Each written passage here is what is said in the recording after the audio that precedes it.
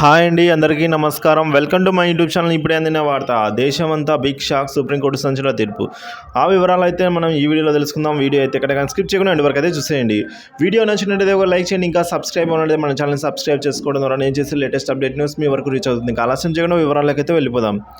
VVPAT విధానంలో రూపొందించిన paper స్లిప్లతో electronic voting machine ఈవీఎంలో పోలైన ఓటర్లను క్రాస్ వెరిఫికేషన్ చేయాలని కోరుతూ దాఖలైన పిటిషన్ను సుప్రీంకోర్టు మంగళవారం విచారించింది. ఈ సందర్భంగా రహస్య బ్యాలెట్ ఓటింగ్ వల్ల ఎదురయ్యే సమస్యలను ప్రస్తావించిన ధర్మాసనం పిటిషనర్లపై ఒకంత అనుమానం వ్యక్తం చేసింది.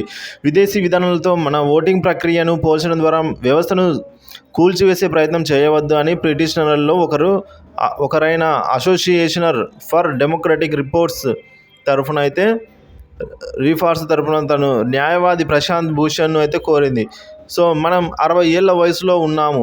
బ్యాలెట్ పేపర్లు ఉన్నప్పుడు ఏం జరిగిందో మనకు స్పష్టంగా తెలుసు. ఒకవేళ మీరు మర్చిపోయి ఉండొచ్చు, కానీ మాకు ఇంకా గుర్తు ఉంది అని అయితే జస్టిస్ సంజీవ్ ఖన్నా వ్యాఖ్యానించారండి.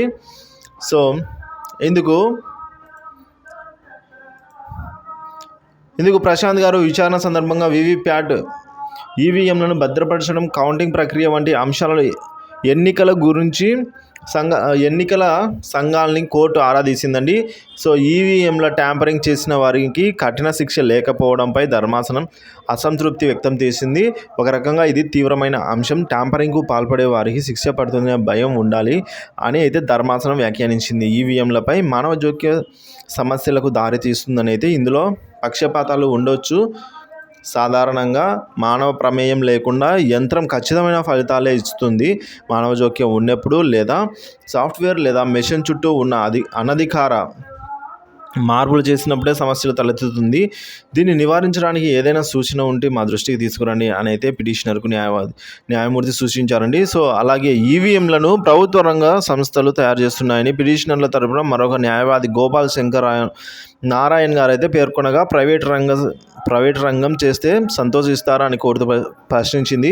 దీనిపై తదుపరి విచారణను గురువారం అంటే ఏప్రిల్ 18 రేపటికైతే వాయిదా వేసింది. శుక్రవారం తొలి దశ పోలింగ్ జరగనున్న నేపథ్యంలో సుప్రీంకోర్టు తీర్పుపై సర్వత్రా ఉత్కంఠత నెలకొంది.